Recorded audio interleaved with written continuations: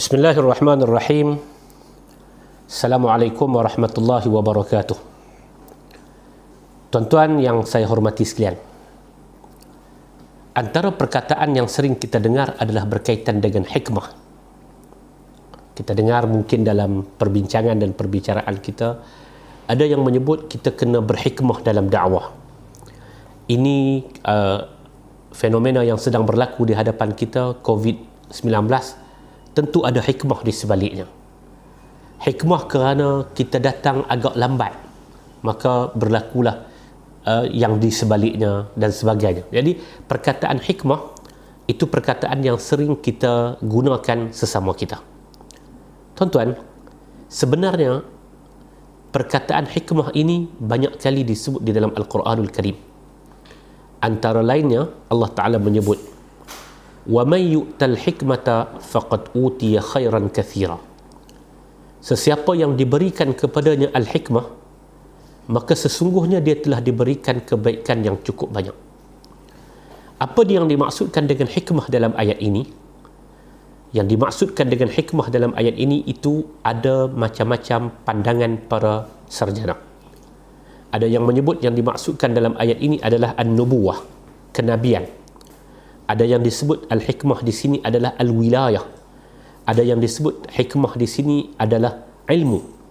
Macam-macam pandangan.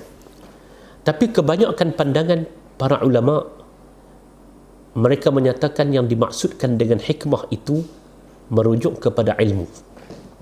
Dengan makna siapa yang diberikan kepada dia ilmu untuk beribadah kepada Allah, mengajak manusia untuk mengenal Allah, yang kita panggil dengan ilmu yang berkaitan dengan hubungan dengan Allah, hablum minallah, maka sebenarnya dia telah mendapat hikmah, dia telah mendapat kebaikan yang cukup banyak.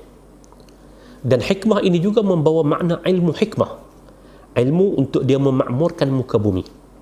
Dengan makna siapa yang diberikan kepada dia hikmah dengan makna ilmu untuk memakmurkan muka bumi, sesungguhnya dia telah mendapat kebaikan yang cukup banyak.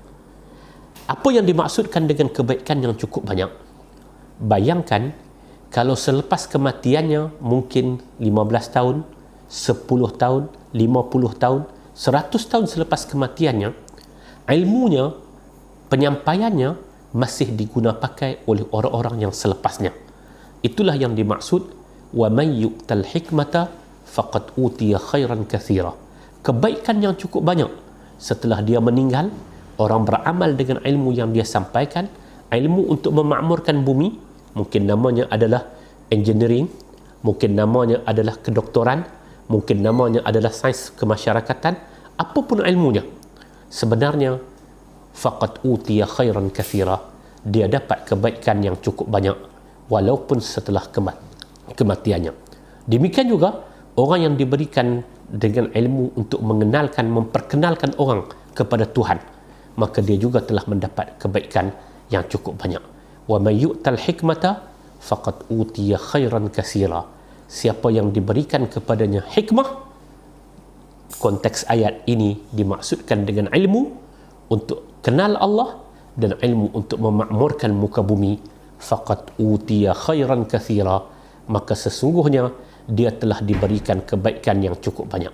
Mudah-mudahan kita termasuk di kalangan orang yang diberikan hikmah, dan mudah-mudahan kita termasuk di kalangan orang yang telah mendapat kebaikan yang cukup banyak di sisi Allah. Wassalamualaikum warahmatullahi wabarakatuh.